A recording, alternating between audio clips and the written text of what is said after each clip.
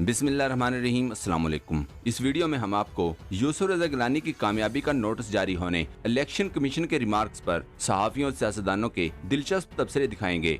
अपनी ही press release को झूठा करार देने, अली हैदर गिलानी को नोटिस जारी करने से इनकार करने, वीडियोस की खुद ही वजाहतें देने और करप्ट प्रैक्टिसेस को रोकने के लिए इकदामात से इनकार के बाद इलेक्शन कमीशन के मेंबर ने कहा, इंसाफ होगा नहीं, होता हुआ नजर भी आएगा। इसके बाद यूसुफ रज़ा गिलानी की कामयाबी का नोटिफिकेशन जारी किया और केस को अपने पास ही चलाने का फैसला किया ताकि वीडियो केस सुप्रीम कोर्ट में ना सुना जा सके। पहले ये क्लिप देखें। इलेक्शन कमीशन ऑफ पाकिस्तान ने उन्होंने बहुत ही स्मार्ट प्ले किया।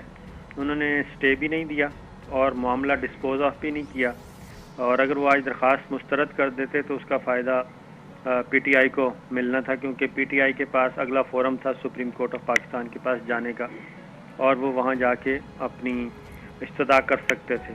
कामरान शाहिद ने ट्वीट किया, पीटीआई को शिकस्त इसलिए हुई क्योंकि पीटीआई ने रिश्वत की वीडियो वाले अपने मेंबर्स के नाम नहीं दिए। इस पर सदीक जान ने कामरान शाहिद को जवाब दिया, बिल्कुल गलत कह रहे हैं आप। अगर अपने रिपोर्टर मोहसिन इजाज साहब से ही पूछ लेते तो इस तरह हकायक के बरअक्स ट्वीट ना करते। एंकर्स का मसला यही है कि ना सिर्फ अदालतों में नहीं आते बल्कि अदालतों में मौजूद अपने रिपोर्टर से भी बात नहीं करते, गलत ट्वीट ठोक देते हैं। इरशाद भट्टी ने इलेक्शन कमीशन की तरफ से यूसुफ रज़ा गिलानी की कामयाबी का नोटिफिकेशन जारी करने पर अफसोस का इजहार किया। इरशाद भट्टी ने इलेक्शन कमीशन के बयान के वीडियो पर लोगों को फारग करें तो असेंबली खाली हो जाए। इस पर जवाब देते हुए इरशाद भट्टी ने कहा, चश्मे बददूर, ये तो ऐसे ही है जैसे कोई थानेदार कहे अगर सबूतों पर लोग पकड़ने लग जाऊं तो मेरा पूरा इलाका ही खाली हो जाए। वैसे किबला आपकी जिम्मेदारी करप्शन फ्री इंतखाबात करवाना है, ये डंकी ट्रेडिंग ज्यादा वीडियो वाली असम्बलियों की हिफाजत करना। ये तो ऐसे ही है जैसे कोई फौज ये कहकर दुश्मन पर हमला करने से इनकार कर दे कि हमला किया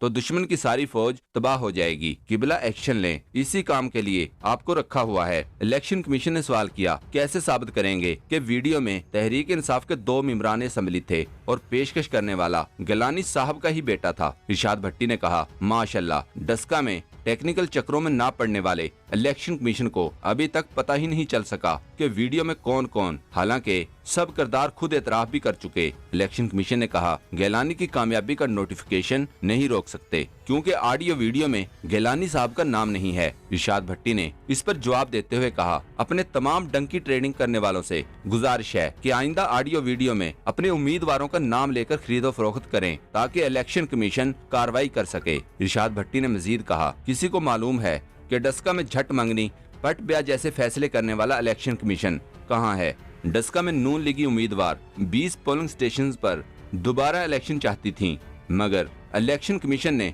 पूरा इलेक्शन कलअदम करार देकर नए इलेक्शन का ऐलान कर दिया। सेनेट डंकी ट्रेडिंग और इलेक्शन कमीशन टिक टिक दम दम नक्शीदम। इरशाद भट्टी ने मजीद कहा, ये एक फिल्मी सीन है मगर इसकी हमारी सियासत से क्या ममासलत, जरा देखिए, जरा सुनिए। और इलेक्शन जीतने के लिए हमें क्या करना होगा? ऐसा माहौल पैदा करना होगा कि लोग इस सरकार को निकम्मी, नाकारा और बेकार समझकर किसी और पार्टी को कुर्सी पर बिठाने पर मजबूर हो जाएं। ये हमें पैसा पानी की तरह बहाना होगा। सियासत एक खेत की तरह है और सियासतदान एक किसान की तरह होता है। आज जितना बोगे कल उसका 1000 गुना पाओगे। आज अगर लाख लगाओगे तो कल करोड़ पाओगे। आज अगर करोड़ लगाओगे तो कल अरबों पा सकते हो।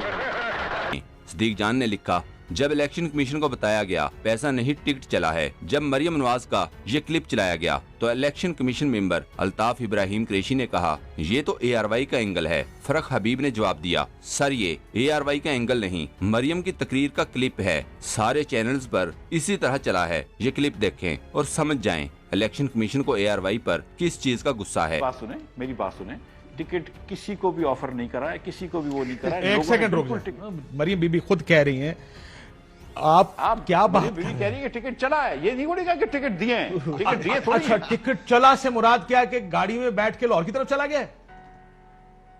और नहीं होए यार काशिफ भाई, टिकट चला से और क्या मुराद है?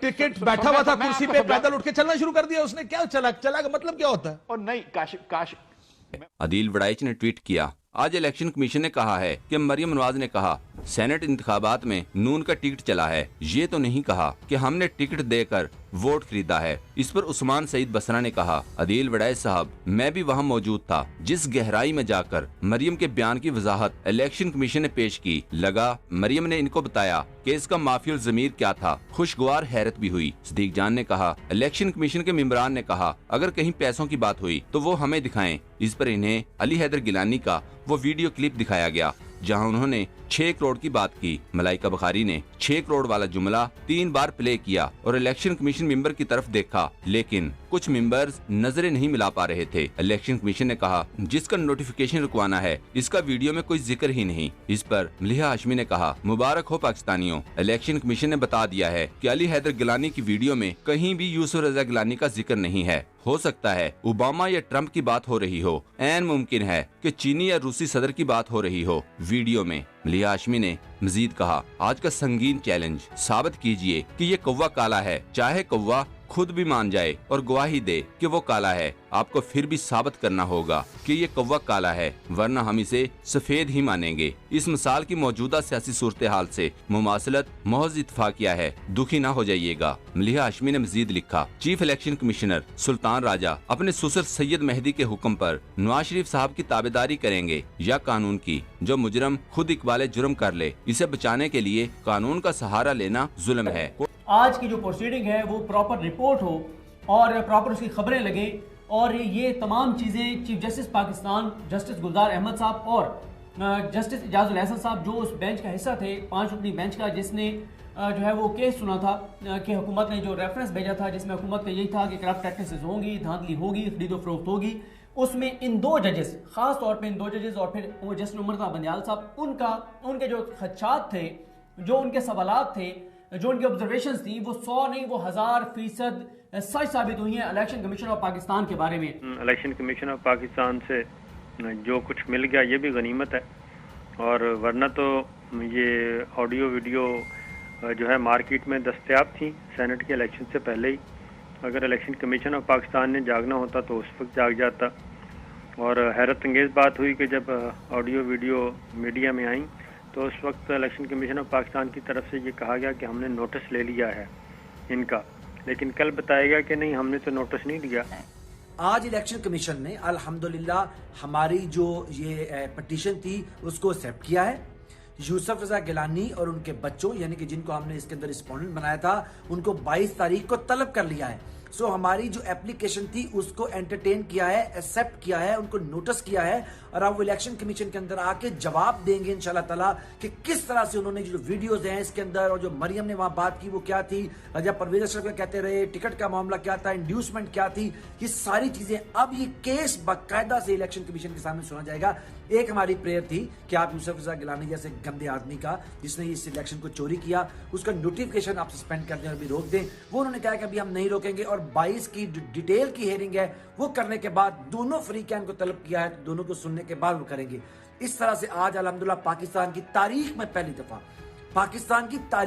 दफा किसी लीडर यानी इमरान खान ने अपनी टीम के साथ मिलके पाकिस्तान के इलेक्शन को चोरी करने वाले इन चोरों, इन डाकुओं, इन खाइनों और पाकिस्तान के वाने बाला के माथे पे कलंक का टीका को पहली दफा इलेक्शन कमीशन के सामने ला खड़ा किया है। और अब इंशाल्लाह 22 को दोनों फरीकें अपने दलाइल पेश करेंगे, और मेरे अल्लाह ने चाहा तो सबूत की रोशनी में इनको डिस्क्वालीफाई किया। दोस्तों, पाक ट्यूब 24 को सब्सक्राइब करना ना भूलें, लाइक करें, शेयर करें और कमेंट सेक्शन में अपनी राय का इजहार जरूर करें। शुक्रिया।